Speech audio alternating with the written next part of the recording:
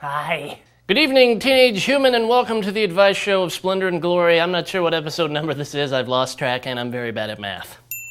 Today's embarrassing childhood photo comes from Rachel. Here she is. My printer didn't print out the picture that well because it's a small picture, and my printer sucks. But this is Rachel in a glorious gown. You sort of see her maybe from farther away. There she is. Let's hang out back here. If you have an embarrassing, beautiful childhood photo, scan it, email it. I'd like to see it. I'd like to put you in there. My email is josh@heyjosh.com. Hey Josh, I just moved. I didn't move very far away from where I used to live. My parents see it as moving houses. To me, I'm moving away from my friends. I started school feeling overwhelmed and feel even worse now. I really miss my old friends. Now that I have moved, I feel like I don't have anybody to talk to or hang around with. From Phil. Phil, I've heard it's always best when you go into a new school, like day one, you need to take somebody out. Take them down. Let people know they can't mess with you and that you're tough. No, that's prison. Don't get a prison shank. Don't get the teardrop tattoos. Though I'm sure you'd look nice with it, don't. Don't get a prison shank! I wouldn't freak out about this too much.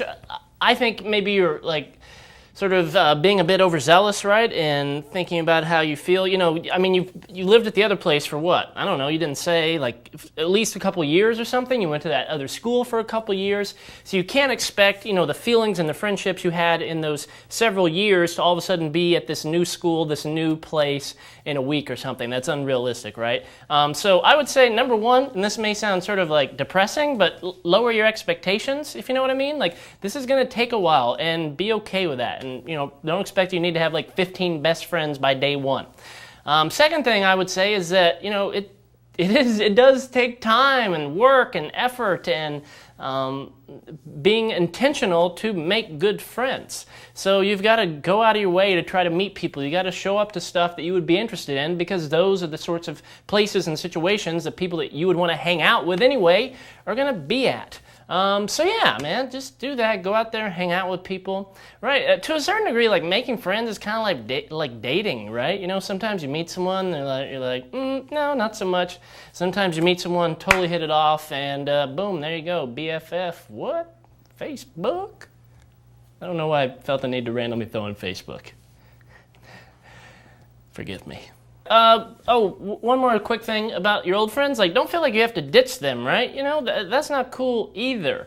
So make sure that you're still being a good friend to these, old friends used to live where you used to live, whatever you want to call them. Just because you've moved to a new zip code doesn't mean that you have to ditch them, right?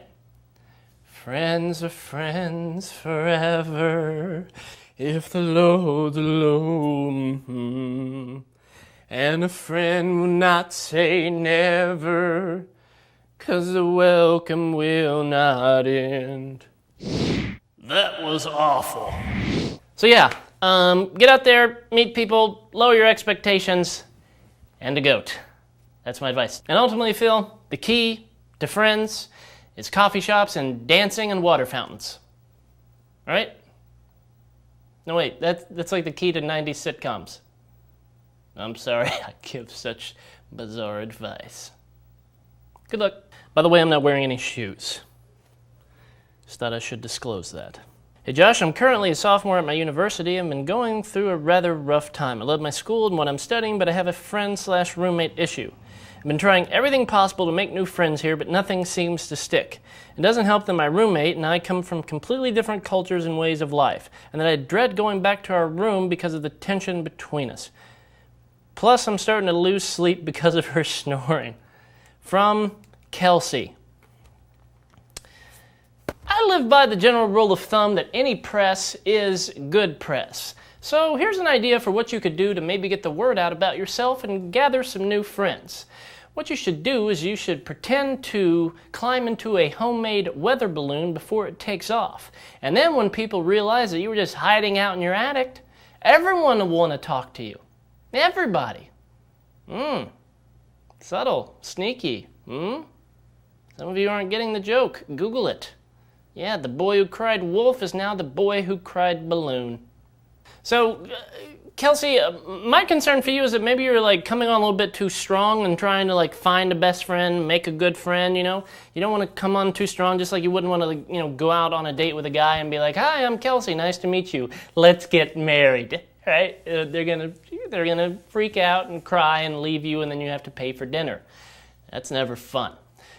So I would say just have some patience with this. I think that's going to be a really good thing, because let's be honest, right? To make a good friend, it takes lots of time and, you know, 2 a.m. meals at Taco Bell and going through hard stuff and challenging stuff and, you know, laughing your face off and all that. And it just takes time. So just be patient. Don't come on too strong. Don't ask people to be your best friend the instant you meet them. "Hi, nice to meet you. Let's be best friends." So, quite simply, my advice, keep meeting people and be patient. I assure you, you will find that good friend and you will find a group of them, and then your life will reek of awesomeness. Indeed. Oh, and if that roommate, you know, and her snoring, that's never good. If your roommate's snoring is really bothering you, you can always request a room transfer. So just talk to whoever, you know, like is in your dorm that would be in charge of that. Talk to them, they can hook you up with a room transfer, and you can get a good night's rest. Oh, I have a new piece of advice on the key to friends. It's no longer, you know, the fountains in the coffee shop. No, here it is. Ready? Lots and lots and lots and lots and lots of Evites. You're welcome. I am Josh Shipp. If you would like the advice of Josh Shipp, go to heyjosh.com or call 877-HEY-JOSH. I shall receive your email, and I, maybe, if you are lucky, or maybe not, shall answer it on the glorious show, sitting on the couch, and I may not wear shoes. Until then, Josh Shipp in your face, but on your side.